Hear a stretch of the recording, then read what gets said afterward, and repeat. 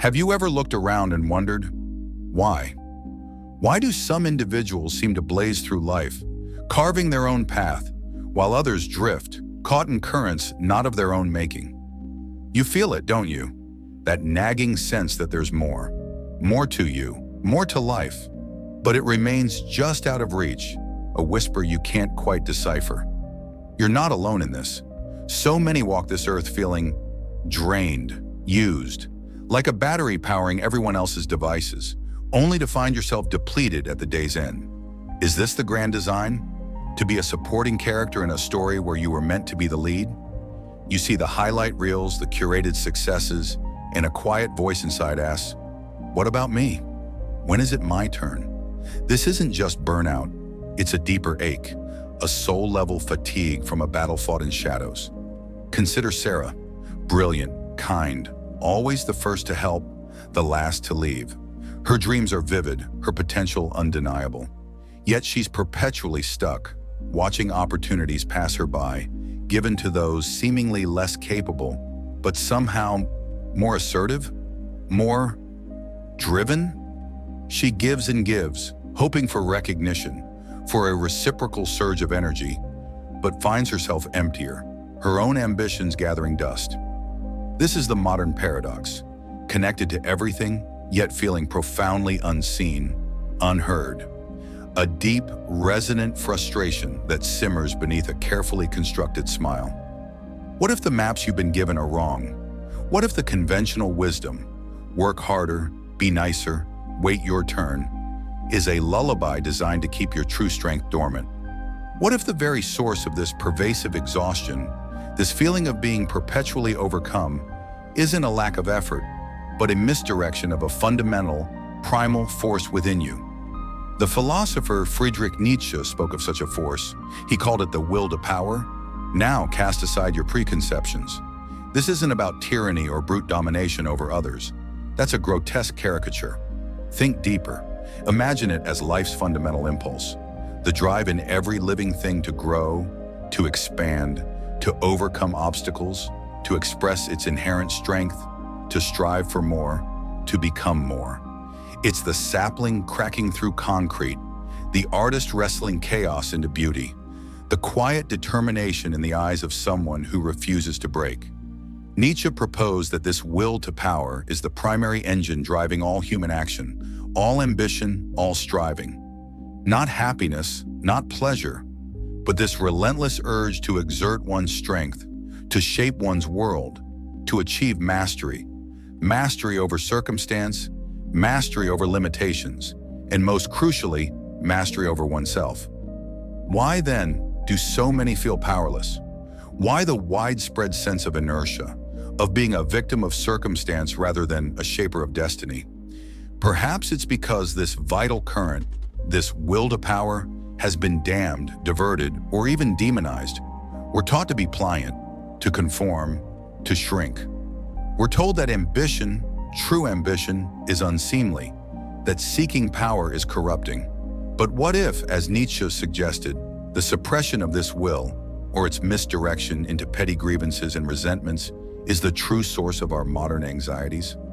What if feeling drained and used isn't a sign of your weakness, but a sign that your most fundamental energy is being siphoned off, or worse, turned inward, corroding your spirit? The world whispers 1,000 reasons to stay small, to play it safe. It offers comfort in conformity.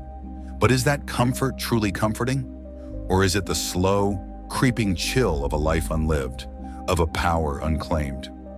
This isn't just a philosophical musing. This is an invitation to look beneath the surface of your daily struggles, your frustrations, your unspoken desires. What if the key to unlocking that more you sense isn't about adding something new, but about rediscovering something ancient, something essential, something that already burns within you, waiting for a breath of air to become a flame? The path to understanding this will to power is not always easy. It demands courage. It demands honesty. It might even feel dangerous, because to truly embrace it means challenging everything you've been told about your place in the world and about the nature of power itself. But the alternative is to remain adrift. Before we continue, if you're loving this content, Join our community by subscribing. Your support fuels us to go further. We left off on the precipice, didn't we? The realization that a fundamental force, the will to power, might be the unseen current shaping our lives, or, if misdirected, the source of our deepest frustrations. Now we delve deeper into the shadows, into how this potent energy can be twisted, turned against itself, and what that means for you.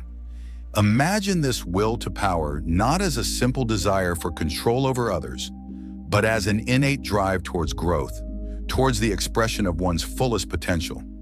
Nietzsche saw it in the artist striving for the perfect form, the philosopher grappling with profound questions, the individual pushing beyond their perceived limits. It's the universe's own momentum expressed through you. But what happens when this drive is blocked? What happens when society, or even your own inner critic, tells you that your ambitions are too grand, your desires too selfish, your strength too much? Think of a powerful river. Unobstructed, it flows, carves canyons, nourishes life. But dam it up, constrict its flow, and what happens? The pressure builds. It might stagnate, becoming a breeding ground for resentment. Or it might seek other outlets, sometimes destructive ones. This, Nietzsche argued, is what often happens to the will to power in individuals and societies that suppress it. Consider the quiet bitterness that can fester in someone who constantly denies their own needs to please others. Is that true altruism, or is it a will to power turned inward, manifesting as a subtle, manipulative control through martyrdom? They might say, "I sacrifice so much," and in that statement, there's an unspoken demand, a power play disguised as selflessness. The energy is still there, but it's become contorted. Nietzsche spoke of ressentiment, a French term he adopted to describe this state. It's more than just resentment, it's a deep-seated, creative negativity. It's the feeling of impotence that seeks to devalue what it cannot attain. If I cannot be strong, then strength itself must be bad. If I cannot achieve greatness, then greatness must be a vanity. It's a reevaluation of values born from weakness, a way for the thwarted will to power to assert itself by condemning the very qualities it secretly envies. Have you ever encountered someone who seems to find fault in everything, who delights in tearing down the achievements of others? Or perhaps you felt that impulse yourself, that cynical voice that whispers, "Who do they think they are?" This, from a Nietzschean perspective, could be the will to power, denied its healthy expression, lashing out. It's easier to destroy than to create, easier to criticize than to strive. This isn't about blame. It's about understanding the mechanics of our own psyche. When you feel that pervasive sense of frustration, that feeling of being stuck, ask yourself, where is my energy going? Is my will to power flowing towards growth, towards creation, towards self-overcoming? Or is it being channeled into negativity, into passive aggression, into the endless scrolling that numbs the ache of unfulfilled potential? The modern world, with its relentless comparisons and curated images of success, can be a breeding ground for this misdirected will. We see the power of others, their influence, their wealth, their apparent happiness. And if our own path feels blocked, it's tempting to fall into the trap of resentment, devaluing what we desire but feel we cannot achieve. Nietzsche's insight here is profound and unsettling. Much of what we call morality or goodness can sometimes be a sophisticated form of this resentment, a way for the weak to exert power over the strong by defining strength itself as evil. Think about it. How often are ambition, assertiveness, and a powerful drive framed as negative traits, especially in certain contexts or for certain people? But the will to power in its purest form isn't about dominating others. For Nietzsche, its highest expression was self-overcoming, the constant striving to transcend your current limitations, to discipline your impulses, to create your own values, and to sculpt yourself into the person you wish to be. This is where true power lies, not in ruling an external kingdom, but in mastering the kingdom within. The challenge, then, is to recognize how your own will to power is manifesting. Is it driving you forward, Or is it subtly sabotaging you from within? Are you building, or are you, perhaps without realizing it, engaged in a quiet demolition of your own spirit or the spirits of those around you? This requires a brutal honesty. It means looking at your frustrations, your envies, your cynicisms, not as character flaws, but as potential signposts indicating where your vital energy is being blocked or misapplied. It's a call to reclaim that energy, to redirect it from the shadows of resentment into the light of conscious creation and self-mastery. The journey isn't about becoming someone else. It's about removing the dams, clearing the blockages, and allowing your own inherent power to flow. But first, you must be willing to see where those blockages lie, even if they are hidden within the most cherished parts of your self-image. We've journeyed into the shadows, haven't we? We've seen how that primal fire, the will to power, can be twisted, turned inward, becoming a source of quiet torment rather than triumphant life. You've felt its misdirection, the subtle poison of resentment, the chains of self-deception. But what if I told you that recognizing these shadows is the first step towards dawn? The question that burns now is, how? How do we reclaim this elemental force?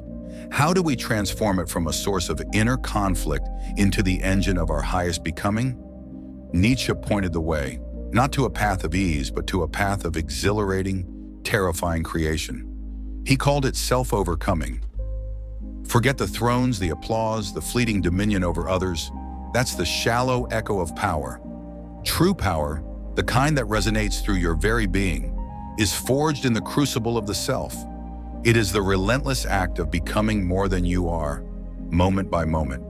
It's looking your current self in the eye, with all its fears, its comforts, its well-rehearsed excuses, and demanding, is this all, or is there more?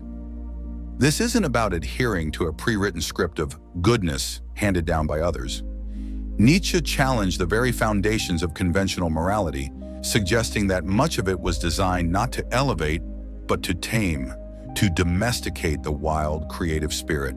He urged us towards creating our own values, values that affirm life, that celebrate strength, that fuel our ascent. Imagine a sculptor facing a raw block of marble. Society might hand him a stencil, a pre-approved design. Make this, it says. This is safe. This is acceptable.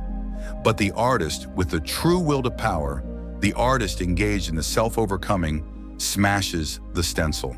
He listens to the stone, to the vision burning within him, and he carves his own masterpiece, even if the world initially recoils. You are that sculptor. Your life is that marble. Does this sound daunting? It should. This path is not for the faint of heart. To create your own values means standing apart. It means questioning the comfortable narratives you've inherited. It means facing the disapproval, the misunderstanding, perhaps even the fear of those who are content with the stencils. When you begin to truly live by your own affirmed values, when your will to power flows authentically, you become a mirror, and not everyone likes what they see reflected. They might call you selfish. They might call you arrogant. They might try to pull you back into the familiar fold. Nietzsche would say these reactions are often the death rattle of their own suppressed will, a testament to the fact that you are disturbing the comfortable slumber. The guilt you might feel. That's the deconditioning process, the shedding of old skins. So how do you begin this forging? First, with unflinching introspection. Where does your energy truly flow? Towards creation or towards complaint?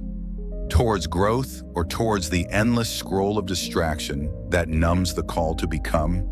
Are your shoulds your own, or echoes of a voice that is not yours? This honesty is the chisel, then discipline. A word often misunderstood. This isn't about joyless restriction. It's about directing your power with intention.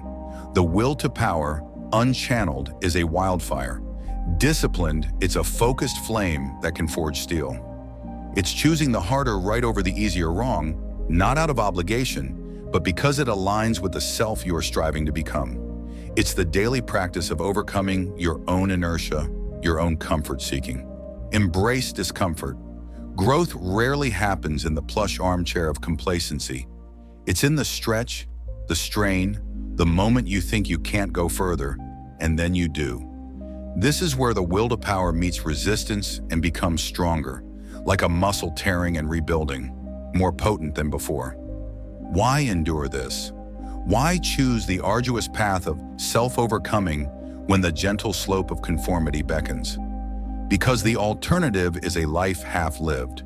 It's the quiet desperation of the unexpressed self, the slow dimming of your inner fire. To reclaim your will to power, to direct it towards the creation of a self that you affirm, is to reclaim your very life force. It's to move from being a passive recipient of circumstance to an active creator of your destiny. This isn't about achieving a final, static perfection. That's a myth. It's about the eternal process of becoming, the joy of the upward struggle, the deep satisfaction of knowing that you are the artist of your own soul. The reward isn't just a future state of being. It's the vitality, the intensity, the aliveness you feel when you are truly engaged in this magnificent, terrifying project of self-creation. The world will tell you to be less. Nietzsche whispers, dare to be more. You stand now at a threshold. Behind you lies the landscape of conformity, the shadows of misdirected power, the quiet ache of an unexpressed self. Before you, the exhilarating, untamed territory of self-overcoming, the path where you are not merely a participant in life, but its conscious, deliberate artist. You've begun to hear the whispers of your own will to power, not as a demand for dominion, but as an invitation to your own magnificent unfolding. What happens when you truly answer this call? When you cease to dam your own river and allow its currents to carve a new course? The transformation is not just profound, it is palpable. The first taste is one of liberation. The heavy cloak of shoulds and oughts, woven by hands other than your own, begins to unravel. In its place, a lightness, an authenticity that breathes. You start to move through the world not as an apology, but as a statement. Imagine the feeling, the gnawing anxiety that once accompanied every decision, every interaction, begins to recede. Why? Because your choices are no longer dictated by the fear of judgment or the desperate need for external validation. They spring from a deeper well, from values you have forged in the fire of your own introspection. This is the bedrock of inner peace, not a placid stillness, but the dynamic equilibrium of a life lived in alignment with its core truth. You cease to be a feather in the wind and become the wind itself. And your relationships, they too will transform. Those who were drawn to your perceived weakness, to your pliability, may fall away. Let them. Their departure is not a loss, but a clearing of space. In their stead, you will attract individuals who resonate with your strength, who respect your boundaries, who are inspired by your courage to be authentic. Authenticity is a beacon. It draws the genuine and repels the false. Interactions become less about transaction, more about true connection, a meeting of sovereign spirits. Nietzsche urged us to see life not as a problem to be solved, but as a work of art to be created. Success, then, is not a destination, not a checklist of external achievements. It is the continuous, courageous act of becoming.